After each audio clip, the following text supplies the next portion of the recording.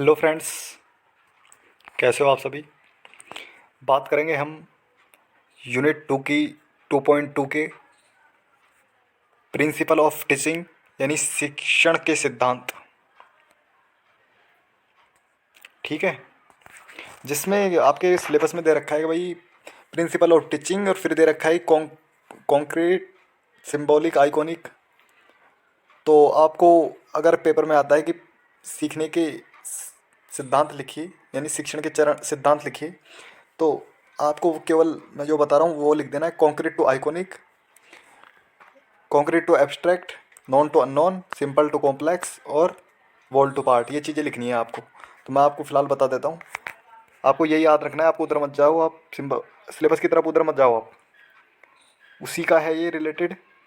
आपको मैं बता देता हूँ यहाँ पे, अगर पेपर में आ रहा है तो ये चीज़ याद रखना है: कॉन्क्रीट टू आइकॉनिक, वो सॉरी एब्स्ट्रैक्ट, और whole to part, known to unknown और सिंपल टू कॉम्प्लेक्स।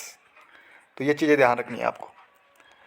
तो बात करते हैं अभी हम कॉन्क्रीट टू एब्स्ट्रैक्ट की, यानी कि मूर्त से अमूर्त की। तो चलते हैं मूर्त से अमूर्त, यानी बच्चे को सिखाते समय मूर्त वस्तु का प्रयोग करेंगे। जितना हम मूर्त वस्तु का प्रयोग करेंगे, बच्चे सीखने में उतनी ही ज़्यादा दिलचस्पी दिखाएंगे। ठीक है, और सीखेंगे भी बेहतर। इसमें छात्रों को सबसे पहले उनके द्वारा देखी गई वस्तु के बारे में बताएंगे, यानी कि जो चीज़ को वह जानते हैं उसी चीज़ के बारे में सबसे पहले बताएंगे। उसके बाद उन वस्तुओं के बारे में बताएंगे जिन्हें वह नहीं देख सकता। ठीक है, उनके उन्हें पहले उनके वर्तमान की जानकारी कराई जाए, यानी कि उन्हें आज की जानकारी कराई जाएगी वर्तमान की। ये जैसे कि भाई मान लीजिए कोई पेड़ है सामने, तो उसको पेड़ को दिखाएंगे ये पेड़ है।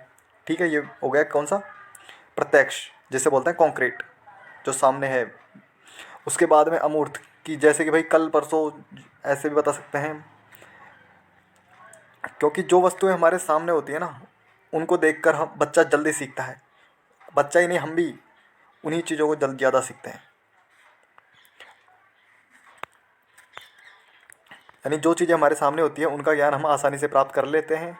अतः शिक्षक को छात्रों को अप्रत्यक्ष वस्तुओं घटनाओं की जानकारी देने से पहले प्रत्यक्ष वस्तुओं घटनाओं के उदाहरण के साथ में जानकारी प्रस्तुत करानी चाहिए। ठीक है, प्रत्यक्ष में वस्तु के आकार, रंग, रूप आदि के द्वारा सिखाया जाता है। ये बात बिल्कुल सही है।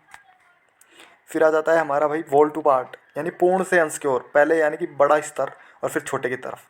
पूर्ण से अंश का मतलब होता है भाई, ये मनोवैज्ञानिक थे, गेस्टोल्ड मनोवैज्ञानिक, जिनके अनुसार है कि भाई बालक के सामने कोई वस्तु आने पर वह सर्वप्रथम उसके पूर्ण वस्तु को देखता है, यानी पूर्ण भाग को देखता है।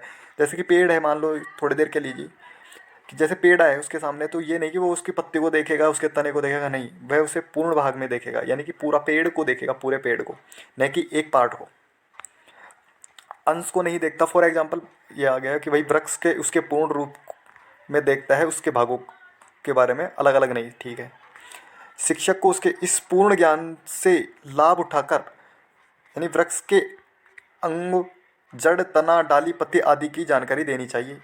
सही है भाई, वृक्ष के बारे में तो जान लिया उसने, देख लिया, लेकिन उसके बारे में बताना है कि भाई ये पत्ती है, ये इसका ये काम है, ये चीज़ें बतानी चाहिए।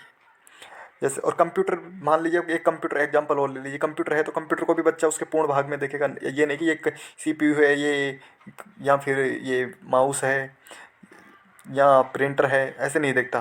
ठीक है, उसके पूर्ण भाग में देखेगा ये कंप्यूटर है। ठीक है, फिर टीचर को बताना है कि भाई ये कम कीबोर्ड है, ये माउस है, ये टीचर का काम है। फिर ज्ञात से अज्ञात है नेक्स्ट, थर्ड वाला। भाई ज्ञात से ज्ञात यानी नॉन टू अननोन। पहले बच्चे को ज्ञात चीज़ें बताएंगे, फिर अज्ञात के बारे में। ठीक है, इसमें है कि भाई शिक्षक को बालक के पूर्व ज्ञान के आधार पर उन्हें नया ज्ञान देना चाहिए, अर्थात पहले वे बातें बताए जिन्हें वह जानता है। ठीक है भाई, उन्हीं बातों से पहले बच्चे को रूबरू कराना चाहिए, परिचित कराना चाहिए जिन्हें वह जानता है। क्या पता कि मतलब अगर बच्चे को अगर प्रैक्टिस नहीं कराई जाएगी पूर्व ज्ञान की, तो वह उसे भूल जाएगा कुछ समय पश्चात। ये एक मानव का एक सिस्टम होता है। फिर उस विषय पर आना चाहिए जिन्हें वह नहीं जानता। ठीक है, इससे बच्चे को भी आसानी होती है, दिलचस्पी भी होती है। अगर शुरू में आप कठिन चीज़ें डाल दोगे तो फिर बच्चा इंटरेस्ट भी नहीं दिखाएगा, ये भी एक कॉजेज़ है। फॉर एग्जाम्पल है कि भाई कैसे कमल, यानी कि उस विषय पर आना चाहिए जिन्हें वह नहीं जानता। फॉर एग्जाम्पल कैसे कमल, यानी बच्चे ने सीखा कैसे कबूतर होता है, तो फिर यहाँ पे हमने सिखा दिया कैसे कमल, कैसे कलम, कैसे कलश, कैसे खरगोश। ख जानता है, खरगोश को नहीं जानता, तो पहले ख सिखाएंगे ख, फिर कैसे खरगोश। ठीक है। अगर बच्चे को सीधे ही नया ज्ञान देंगे तो वह उनके लिए कठिन होगा।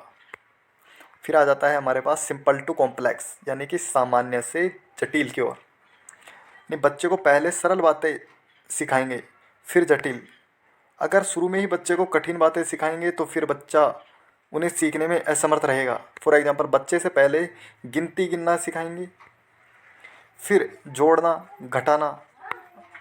बच्चे की आयु के साथ उसकी अनुकूलन और मनोवैज्ञानिक क्षमता बढ़ती है, ये बात तो हम सभी जानते हैं। तो ये थी आज की हमारी वीडियो। अगली वीडियो में हम बात करेंगे टीचिंग स्ट्रेटेजी।